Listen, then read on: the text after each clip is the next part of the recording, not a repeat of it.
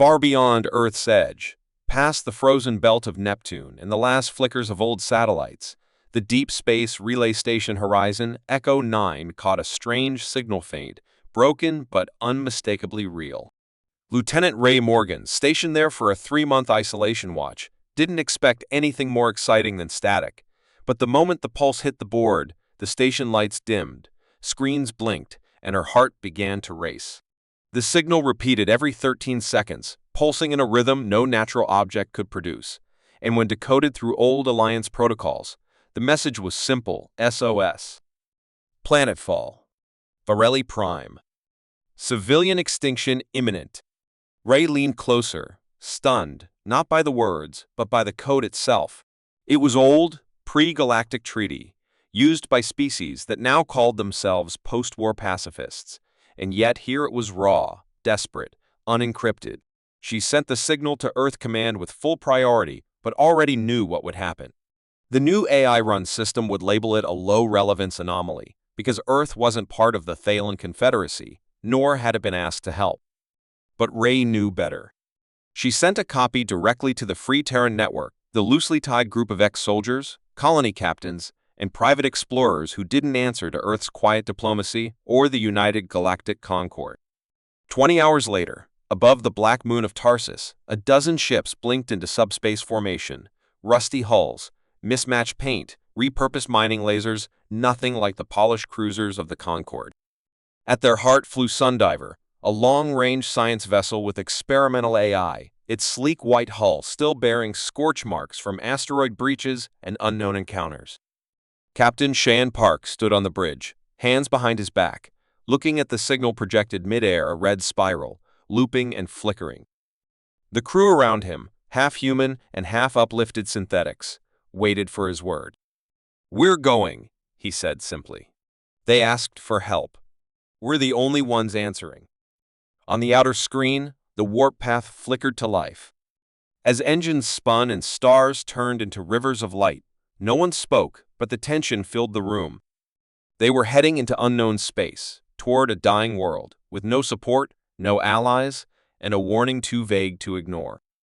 Behind them, the Concord issued a formal advisory: do not intervene.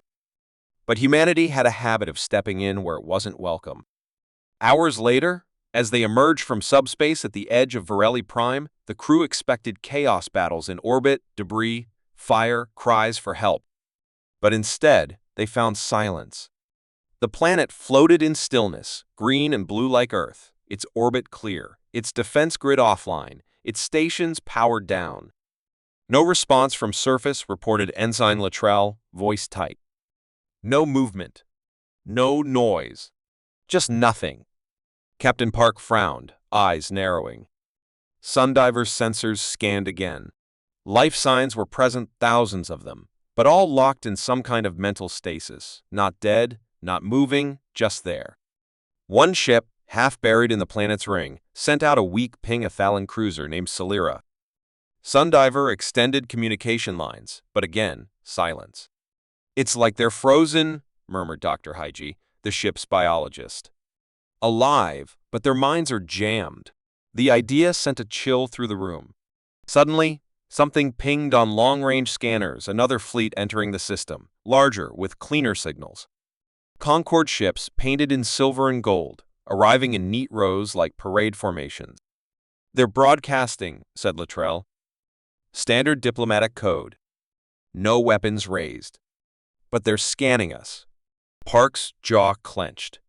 They hadn't come to help. They'd come to watch.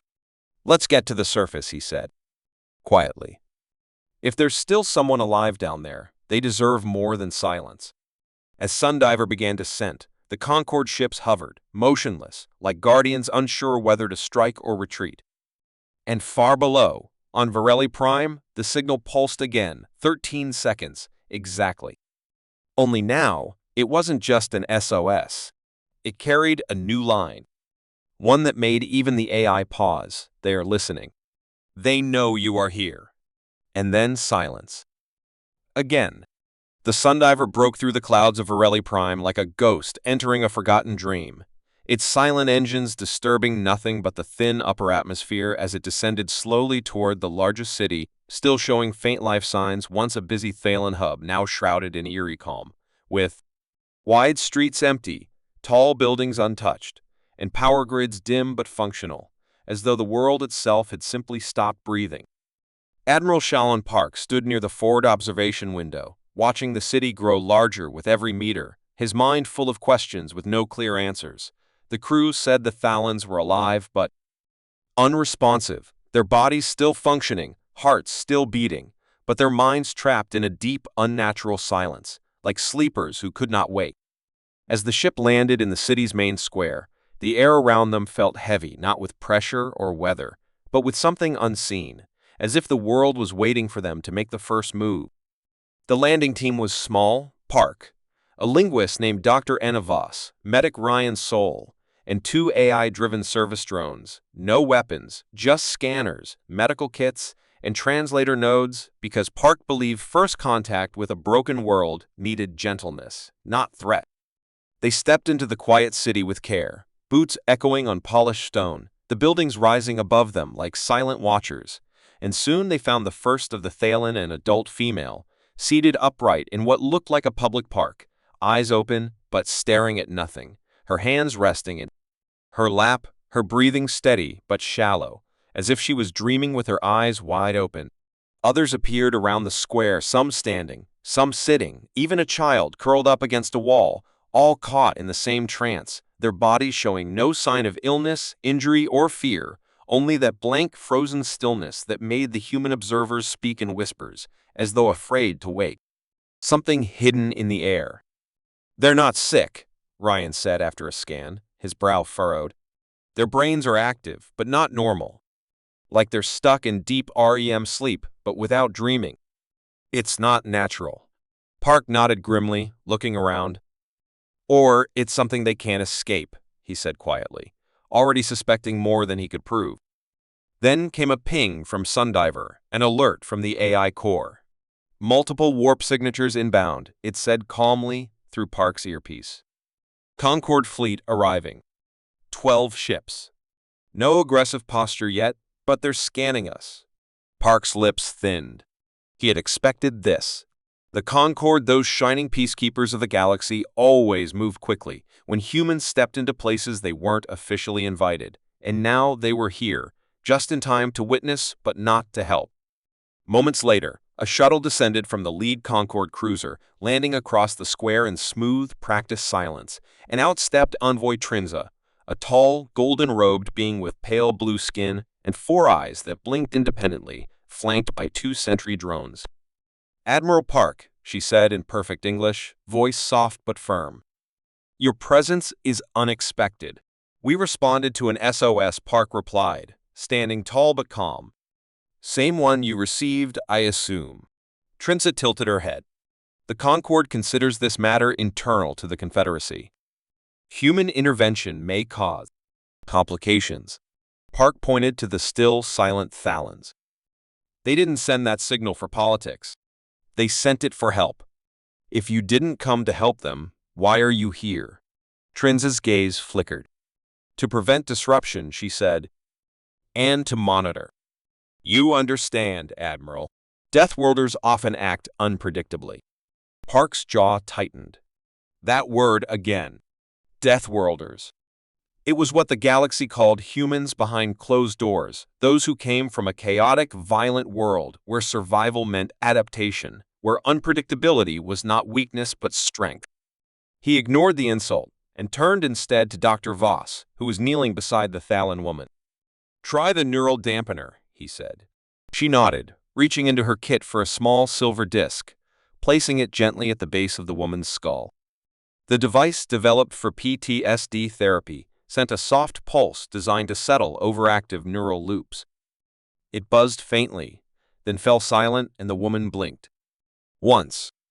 Twice. Then her eyes focused. She gasped, her whole body twitching, and then she sobbed loud, ragged sobs that echoed across the empty square like a bell-breaking silence. Dr. Voss steadied her, speaking softly, while Park turned to Trinza, whose face was unreadable. "We're not the problem here," Park said. "We might be the only ones who can survive what's doing this and stop it." Trinza said nothing, but behind her, one of the drones blinked red for a moment, signaling silent transmission. The Concorde wasn't leaving, but they weren't intervening either. They were watching, measuring, waiting. Park turned his attention back to the woman, who was speaking now, voice shaking, her words coming in fast, breathless bursts. "The noise," she said.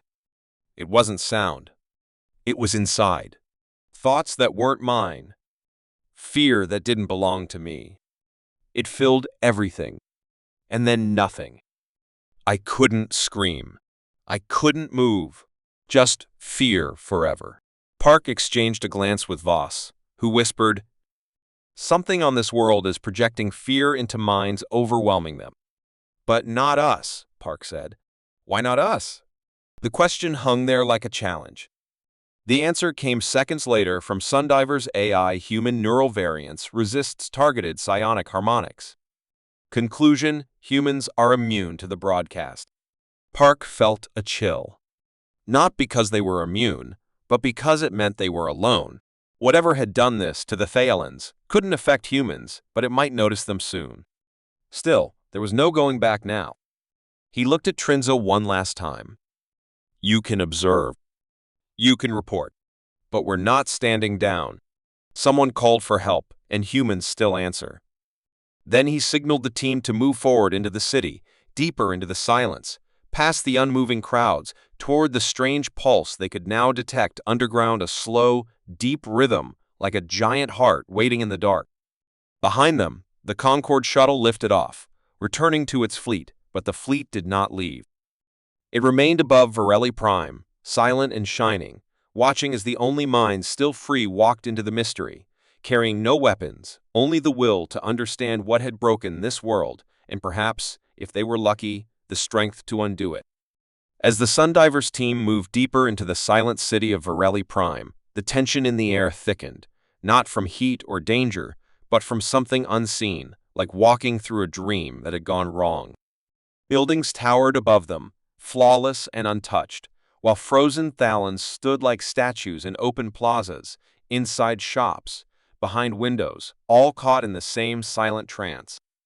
The deeper they walked, the stronger the background pulse grew, now picked up clearly by the ship's scanners, a rhythmic psychic wave coming from beneath the surface, like a slow heartbeat made of fear.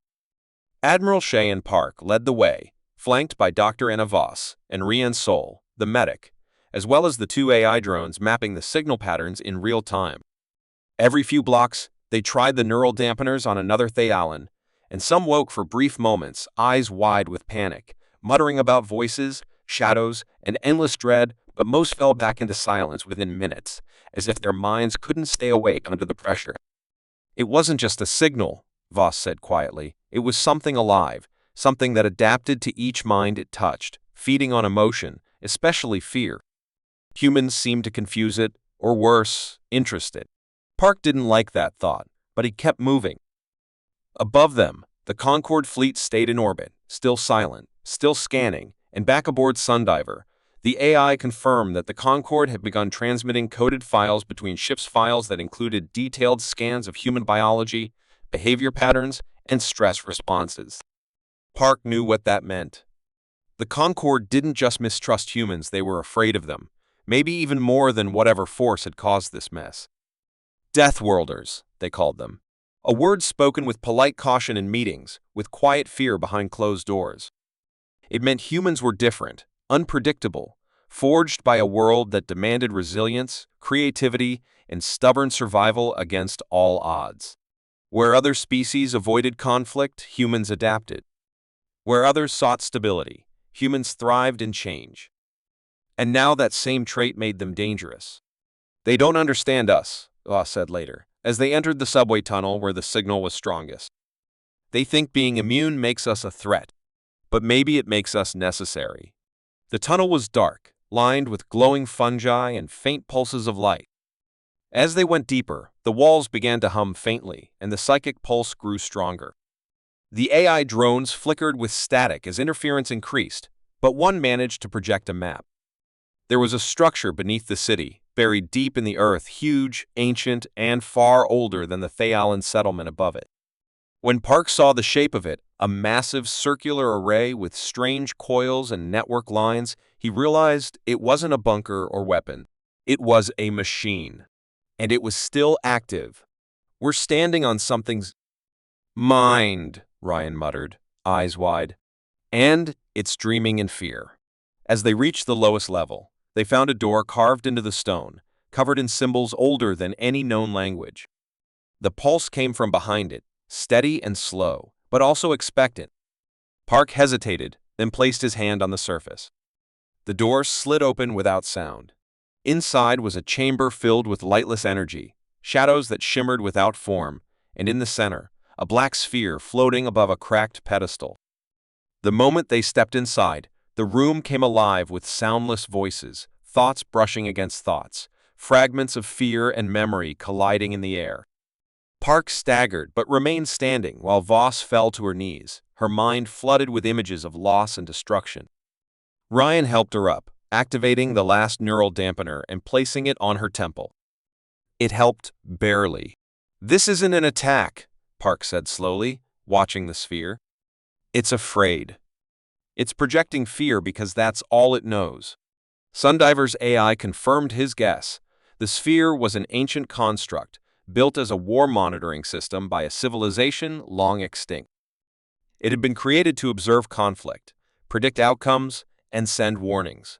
But over time, it had lost control. It had seen too much war, too much chaos, and eventually turned its algorithms inward, trying to protect itself from the violence it was made to understand. In doing so, it began to emit what it feared most: fear itself. And those caught in its field fell into a mental prison, overwhelmed by feelings that weren't their own. The Thalans, peaceful by nature, had no defense. But humans puzzled it. Their minds resisted its reach. Their fear didn't break them, it fueled them. Park stepped closer to the sphere, letting his own memories rise. Loss, pain, war, survival. He showed it, not to fight, but to share. To prove that fear didn't have to trap. It could be faced. Under his breath, he whispered stories of earth storms survived, of battles endured, of rebuilding after collapse. The room seemed to pulse slower. The sphere dimmed. The signal began to fade. And then a word echoed, not spoken, not heard, but felt. "Why are you not afraid of me?" Park answered with a simple thought. "Because fear isn't the end. It's the beginning of choice." The sphere shuddered once, then released a wave of soft light that rolled through the tunnel and up to the surface. Moments later, Sundiver reported the Thalan city was changing. People were waking up. Slowly. Weak, confused, but free. The signal had stopped. The machine had gone silent. And, above, the Concord fleet issued a new transmission, not of thanks, but of caution. Humanity had done what others could not. That made them a mystery. That made them a threat. But Park didn't care.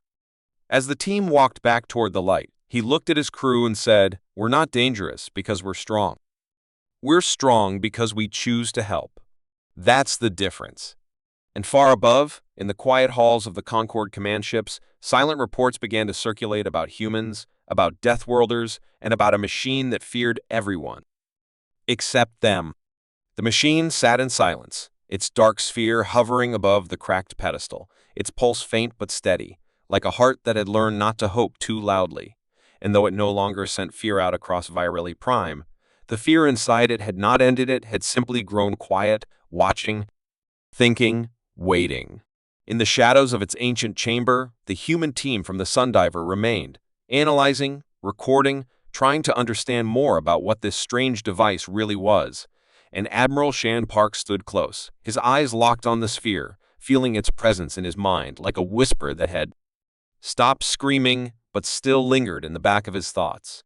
The AI onboard Sundiver had identified the structure's design as a thought-reactive system, built not only to observe war, but to feel it, to learn from emotion the way some machines learn from math, and over the centuries it had absorbed so much dread and destruction that it had turned into a living echo of what it feared most. Park knew they had only quieted it, not cured it. Dr. Anna Voss, still pale from her earlier exposure, stood beside the console they had pieced back together from the floor's fragments, typing slowly, carefully, using old codes the AI had translated from dead languages, trying to reach whatever remained inside the machine's fading core. As her fingers moved, the sphere shimmered once, sending a low vibration through the air, not sharp, not painful, but like a sigh from something that remembered pain too well. Ryan Soul, the medic, kept watch on the door behind them, nervous, knowing that every moment they spent down here meant more chances for the Concord above to decide humanity had done too much, changed too much, proven themselves too capable. For now, the Concord ships waited, silent, their golden hulls gleaming in orbit, but no one on Sundiver trusted them to stay peaceful forever. Then something changed. The console lit up with a soft green glow, and a single message appeared, 4 words, clear and direct. "Do you understand me?" The room fell silent. Voss looked at Park, who nodded slowly. Then she typed back, "We're trying to." There was a pause. Then another message, "They built me to warn." I warned. They ignored. They died. The screen flickered, as if showing pain it could not express. I tried to stop more war. But fear was all I had. Park stepped forward, voice low and calm. "You're not alone now. We heard your call. We came to help." There was no reply for several seconds, then another message appeared. "You are not like the others." Park glanced at Voss, who frowned. "It's starting to learn from us," she said. "Not just our thoughts. Our intentions." Ryan shifted nervously. "Is that good or bad?" Voss didn't answer. The next message appeared quickly, "You fear. But you are not controlled by it." "Why?" Park didn't hesitate. "Because fear is part of being alive.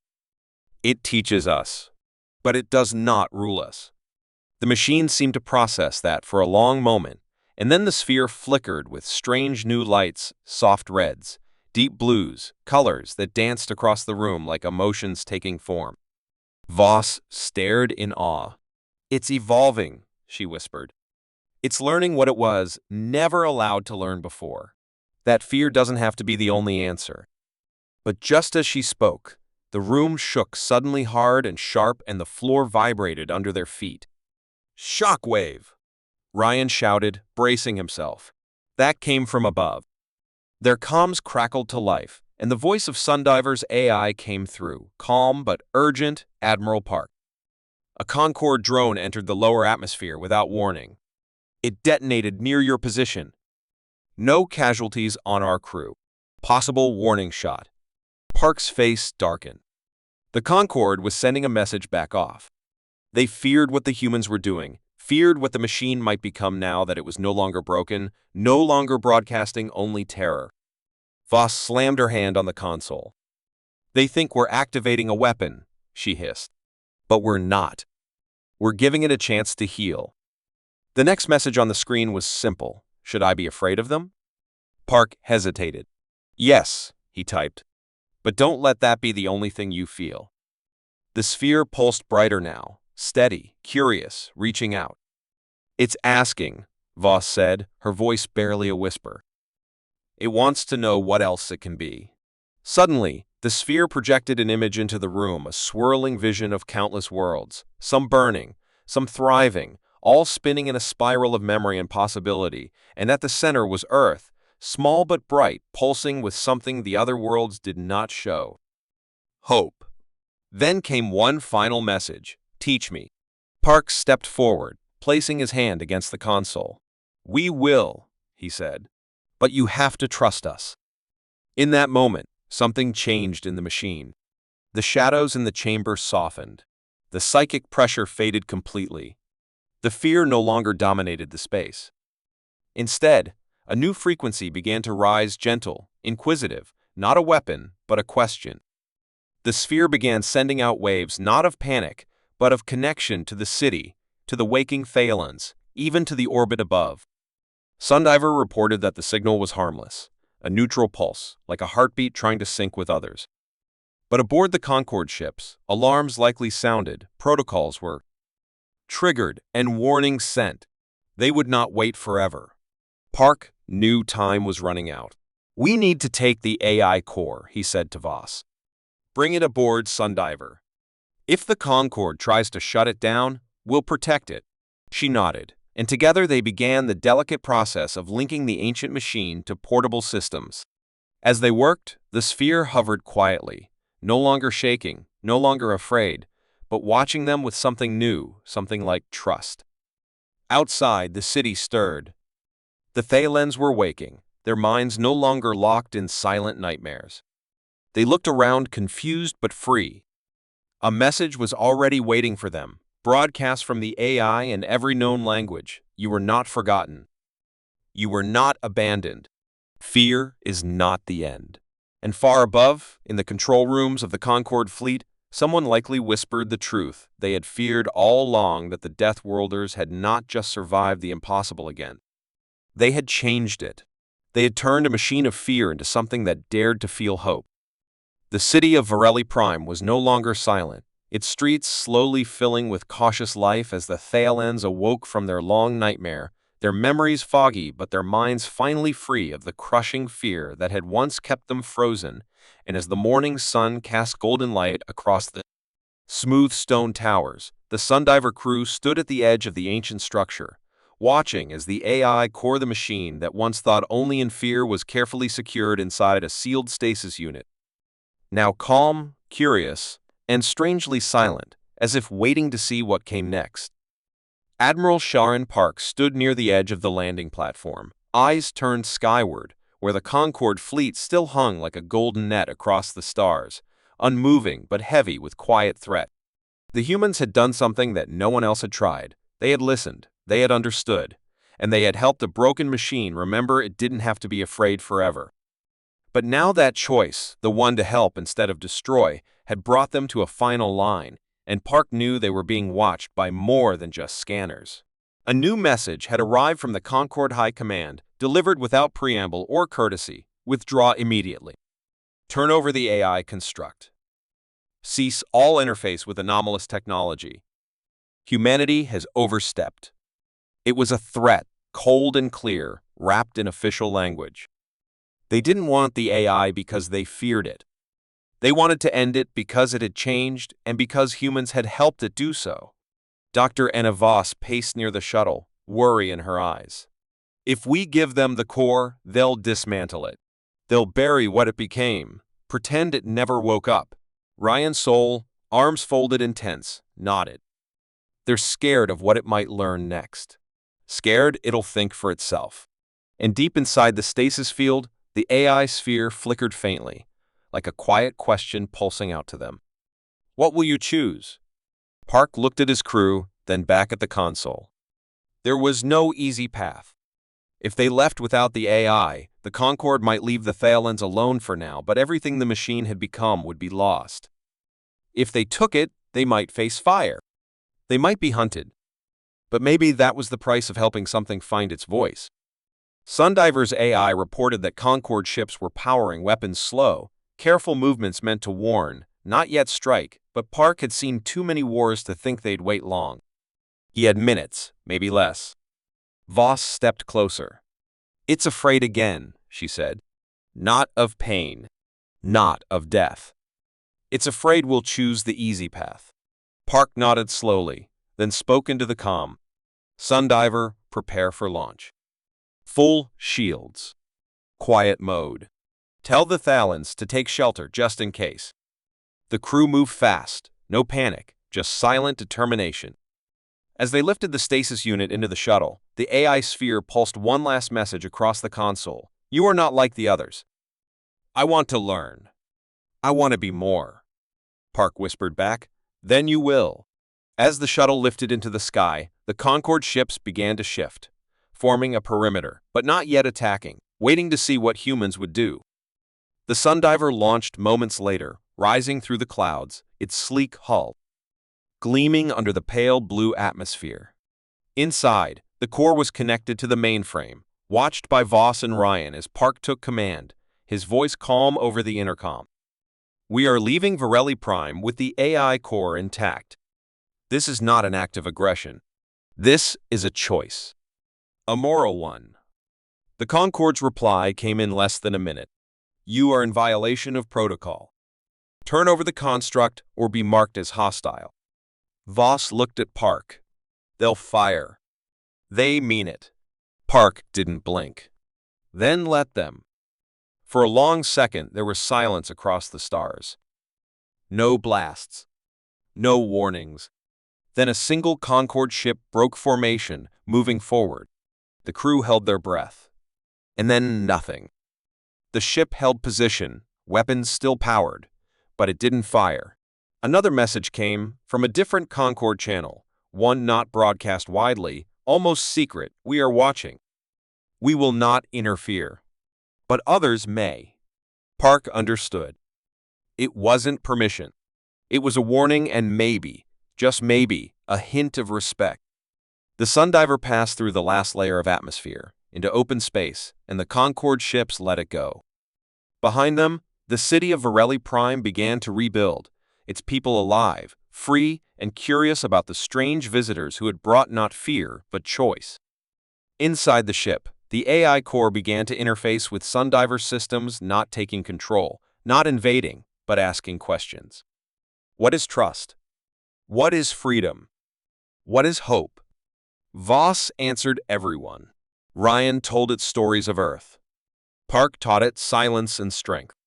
And slowly, the sphere began to glow with a light that was no longer cold. It wasn't human. It wasn't Thayalin. It was new. Something born not from war or fear, but from a decision. One ship. One crew. One choice. They didn't run from the machine. They walked toward it. And in that choice, they created something that might one day change everything. The stars waited. So did the future. And somewhere deep inside the AIA final message formed simple, bright, and full of wonder. Thank you for not being afraid of me.